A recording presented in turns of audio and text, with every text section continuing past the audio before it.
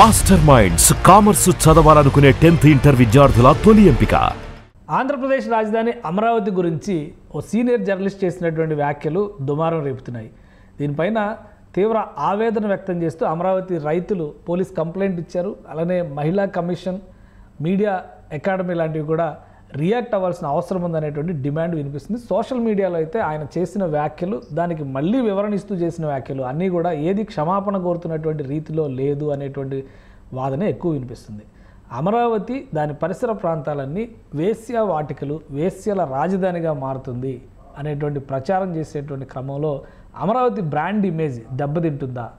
దీనిపైన ప్రభుత్వం తీసుకునేటువంటి చర్యల విషయంలో ఇంకా ఉదాసీనత కనిపిస్తుందా? ఈ అంశాన్ని విశ్లేషించే ప్రయత్నం చేద్దాం. మనతో పాటు జనసేన పార్టీ నాయకురాలు కీర్తన గారు ఉన్నారు. కీర్తన గారు నమస్తే. నమస్తే సార్. కీర్తన గారు, ఏంటి ఈ వ్యాఖ్యలు? రోజుకొక రకమైనటువంటి వివాదం అమరావతి చుట్టూ. ఒకవైపు పనులు మొదలైనవి అనగానే కాంట్రాక్ట్ల కమిషన్లని చర్చలు జరిపించారు. ఇప్పుడేమో ఏకంగా అమరావతి అసలు దాని బ్రాండ్ ఇమేజ్నే అబాసుపాలు చేసే విధమైనటువంటి వ్యాఖ్యలు జరుగుతున్నాయి. ఏంటి, ఎందుకు యాక్షన్ తీసుకోవడంలో జాప్యం? చిన్న చిన్న కార్యకర్తల మీద ఏమో ఇన్స్టెంట్గా అరెస్టులు ఉంటాయి. ఇంత పెద్ద సీనియర్ జర్నలిస్టులు కాబట్టి పట్టుకోవడానికి భయపడుతుందా కూటమి ప్రభుత్వం? ముందుగా మీకు అలాగే సుమన్ టీవీ వీక్షకులకు నమస్కారం సార్. ఇక్కడ మేము పరివర్తన కోరుకుంటున్నాం. ఫస్ట్ థింగ్ అది సానపాన దండోపాయాలు అన్నట్టు ఫస్ట్ పరివర్తన వస్తుందేమో, ఎందుకంటే ఆ ఛానల్ CEO పరివర్తన కంటే కూడా మోతాదు పెరుగుతున్నట్టుగా ఉంది. భయపడకుండా బరి తెగించి ఇంకా మాట్లాడుతున్నట్టుగా కనిపిస్తుంది. అనలిస్టులు completely agree with your words అండి. నాకు కూడా అనిపిస్తుంది.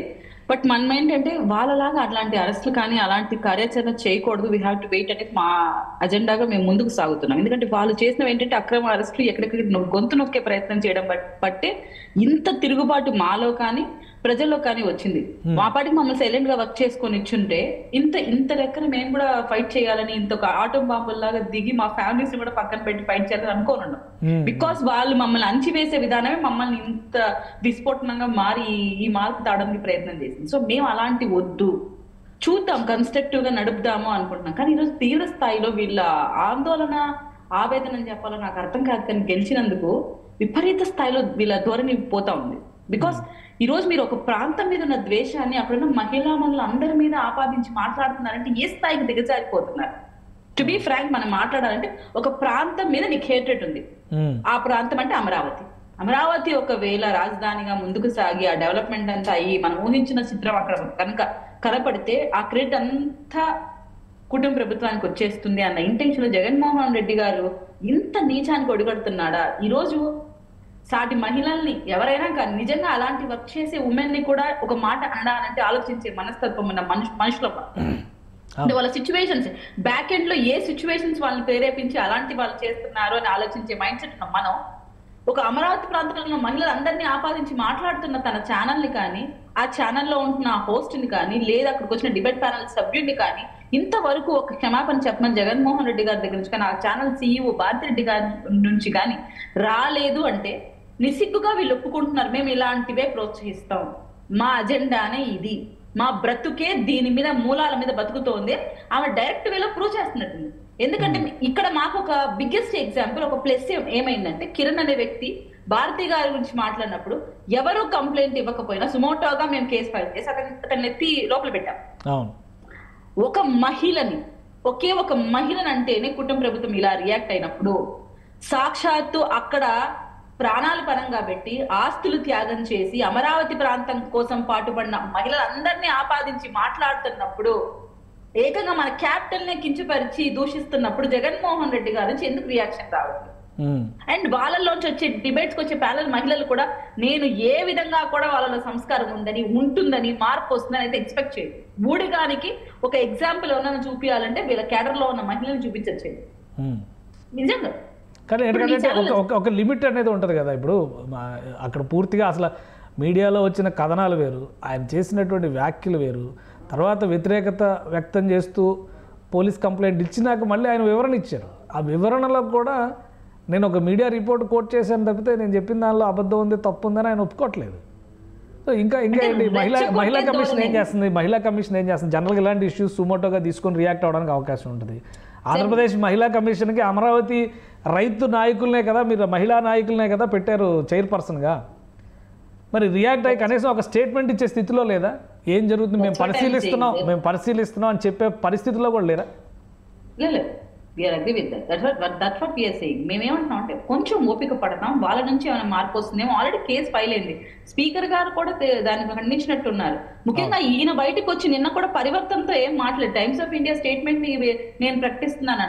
టైమ్స్ ఆఫ్ ఇండియా చెప్పిన స్టేట్మెంట్ మీరు చదివే ఉంటారు కేశవ్ గారు. దాంట్లో ఏమన్నా మైగ్రేటెడ్ పీపుల్ ఎక్కువ అవడం వల్ల, వాళ్ళ వృత్తిపరంగా ఇక్కడికి రావడం వల్ల ఇలాంటి కార్యాచరణ ప్రతి రాష్ట్రంలో జరుగుతోంది. అందులో మహారాష్ట్ర ఉంది, ఇప్పుడు తెలంగాణ, కర్ణాటక ప్లస్ ఏపీ కూడా అందులో భాగం అయ్యింది అని చెప్పింది. కానీ అమరావతిలో ఉన్న మహిళలు దీనికి పాల్పడుతున్నారని అక్కడ టైమ్స్ ఆఫ్ ఇండియా ఇచ్చిన స్టేట్మెంట్ లో లేదు, మీరు గమనిస్తే ఆర్టికల్. కానీ ఈయన అవంతా ప్రస్తావించకుండా అమరావతి ఒక మాటని మాత్రం తీసుకుని ఆర్టికల్ మొత్తం చదివేయలేదు. నాకు తెలియదు, కానీ నేను చూసాను. ఆయన హెడ్లైన్ కూడా చదవలేదు. హెడ్లైన్ లోనే వాళ్ళు పెట్టారు Karnataka, Andhra Pradesh tops in female sex workers అని చెప్పారు. హెడ్లైన్ లో పెట్టిన మాట కర్ణాటక తర్వాత ఆంధ్రప్రదేశ్ 1 lakh పీపుల్ ఏమో దీని మీద బతుకుతున్నారు అన్నట్టు వాళ్ళు రాశారు.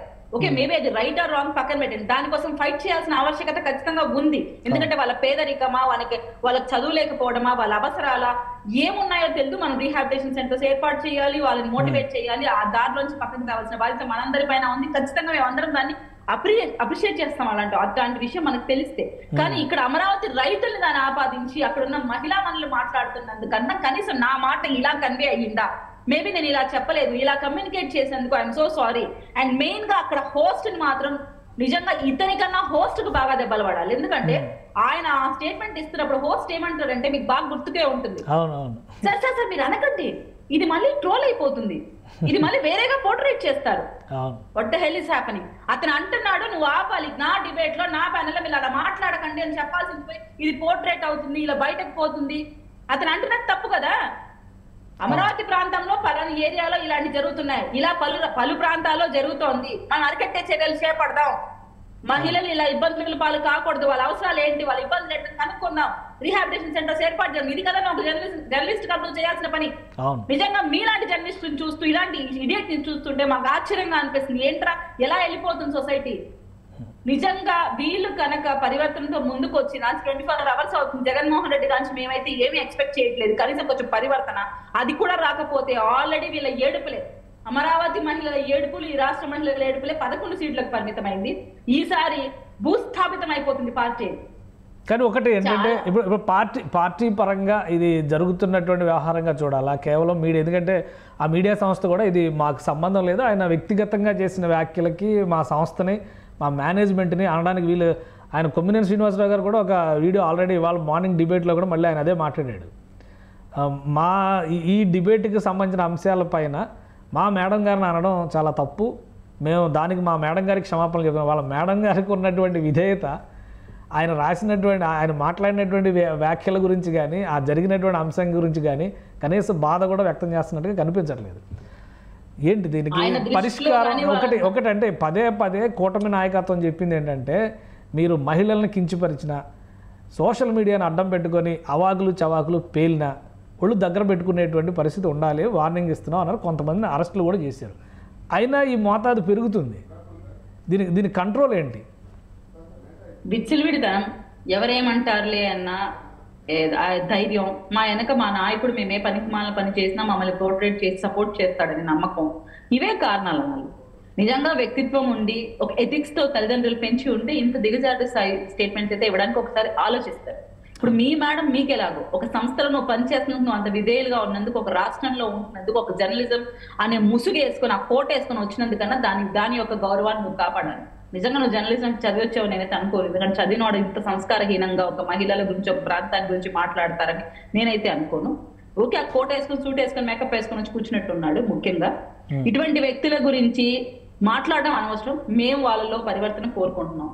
వాళ్ళు కాదంటారా, లీగల్ గా ఏం ప్రొసీడ్ అవ్వాలో అమరావతి ఇక్కడ జేఏసీ ఉమెన్ ఫైట్ చేస్తున్నారు, వాళ్ళు ఫైట్ చేస్తారు. అలా మహిళా కమిషన్ కూడా ఏర్పడి ఉంది కాబట్టి ఆవిడ కూడా వాళ్ళ మీద సుమోటోగా కేసు తీసుకొని ఇచ్చేస్తుందని నేను నమ్ముతున్నాను. ముఖ్యంగా కూటమి ప్రభుత్వం వేచి చూస్తోంది ఏం చేస్తారు. వీళ్ళ నీచ స్థాయి ప్రవర్తన ఇంకా ఏ స్థాయికి దిగజారుతుంది, ప్రజలు వీళ్ళని గమనించాలి అని మేము చూస్తున్నాం. ప్రజలు ఆల్రెడీ నోటీస్ చేశారు, వీళ్ళ బ్రతికేంటో అందరికీ అర్థమవుతోంది. రాబో రోజుల్లో వీళ్ళు ఎలాంటి బ్రతుకుపోతారో మీరు చూడబోతారు. రైట్. థ్యాంక్ యూ కీర్తన గారు, మీ అభిప్రాయాన్ని అందించినందుకు. ఇది అమరావతి మహిళల పైన చేసినటువంటి వ్యాఖ్యల విషయంలో పశ్చాత్తాపం లేకపోగా రోజు రోజుకు మరింతగా దిగజారుడు వ్యాఖ్యలు చేస్తున్నారు. దీనిపైన ఖచ్చితంగా చర్యలు ఉంటాయి. ఆధార సహితంగా చట్టపరంగా ఎలాంటి శిక్షలు పడాలో అలాంటి శిక్షలు వేసే వరకు కూటమి ప్రభుత్వం వదిలిపెట్టదని కీర్తన గారు హెచ్చరిస్తున్నారు. ఇది స్పెషల్ డిస్కషన్. Keep watching.